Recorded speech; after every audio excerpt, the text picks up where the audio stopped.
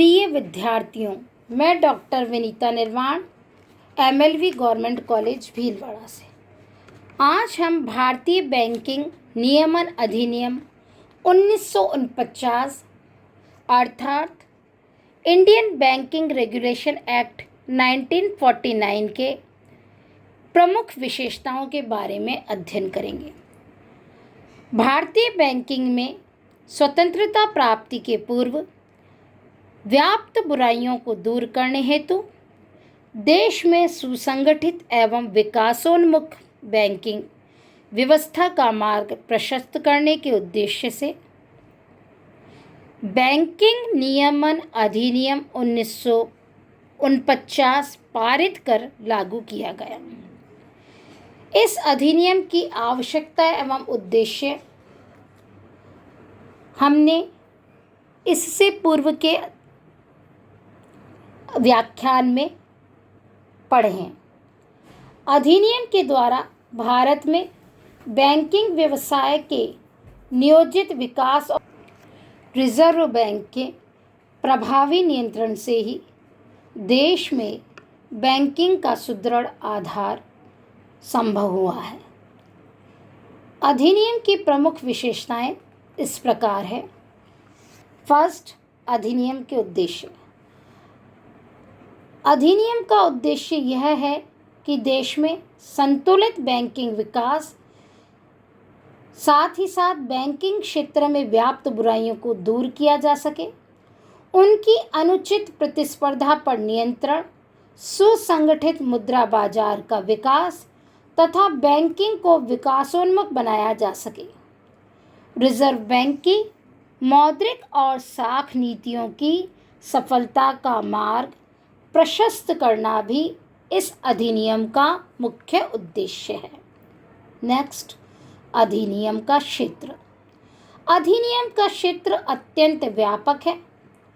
अधिनियम की धारा 2 में प्रावधान है कि अधिनियम के लागू होने के पश्चात भी 1956 के कंपनी अधिनियम में बैंकिंग संबंधी प्रावधान लागू माने जाएंगे और विभिन्न धाराओं में व्यवस्था है कि इस अधिनियम के कोई भी प्रावधान भारतीय अनुबंध अधिनियम अर्थात इंडियन कॉन्ट्रैक्ट एक्ट, भारतीय विनिमय साध्य विलेख अधिनियम, इंडियन निगोशिएबल एक्ट 1881, सिविल एवं क्रिमिनल प्रोसीजर कोड तथा बैंकर्स बुक्स एविडेंस एक्ट के प्रतिकूल नहीं होंगे। जिन बातों में यह अधिनियम मौन है, उनमें तत्संबंधी अधिनियम के प्रावधान ही लागू होंगे, अर्थात जो अधिनियम में उल्लेखित है। बैंकों के राष्ट्रीयकरण से पूर्व 1969 से पहले यह अधिनियम सभी बैंकिंग कंपनियों पर समान रूप से लागू होता था, परंतु बैंकों के राष्ट्रीयकरण के पश्चात 18 जुलाई 1969 से राष्ट्रीयकृत बैंकों पर इस अधिनियम की केवल वे ही धाराएं लागू हैं जिनके लिए 1970 के अधिनियम में प्रावधान किया गया है। नेक्स्ट, अधिनियम का नाम परिवर्तन।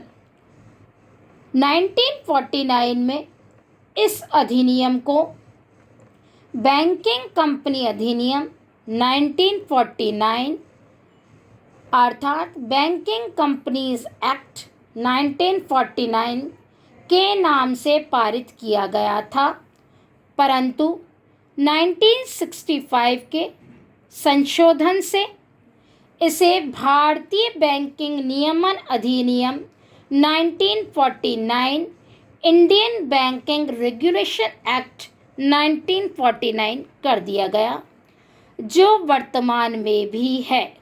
नेक्स्ट, क्षेत्र विस्तार। सितंबर 1965 के पूर्व यह अधिनियम सहकारी बैंकों पर लागू नहीं होता था, किंतु सितंबर 1965 में इस अधिनियम में संशोधन करके इस अधिनियम का क्षेत्र सहकारी बैंकों तक बढ़ा दिया गया। नेक्स्ट, अधिनियम में कुल 56 धाराएं तथा एक परिशिष्ट है, जिसके अंतर्गत 56 धाराओं में से प्रथम 55 धाराएं देश के व्यापारिक बैंकों पर लागू होती है, जबकि धारा 56 देश के सहकारी बैंकों पर लागू होती है। नेक्स्ट, संपूर्ण देश के बैंकों पर लागू। भारतीय बैंकिंग नियमन अधिनियम 1949 प्रारंभ में जम्मू कश्मीर को छोड़कर देश के सभी भागों पर लागू होता था, किंतु 1956 में संशोधन द्वारा जम्मू कश्मीर के बैंकों पर भी इसे लागू कर दिया गया। वर्तमान में यह अधिनियम देश के सभी राज्यों के सभी बैंकों पर समान रूप से लागू है। नेक्स्ट, आपात अधिकारों का प्रावधान। अधिनियम में केंद्र सरकार को यह अधिकार प्राप्त है कि आवश्यकता पड़ने पर भारतीय रिजर्व बैंक के द्वारा लिखित आवेदन पर वह इस अधिनियम के समस्त प्रावधानों अथवा कुछ प्रावधानों के क्रियान्विति को अधिकाधिक 60 दिनों तक स्थगित कर सकती है। नेक्स्ट, बैंकिंग नियमन अधिनियम 1949 5 भागों में विभाजित है। भारतीय बैंकिंग अधिनियम को 5 भागों में विभाजित किया गया है, जो निम्न प्रकार है।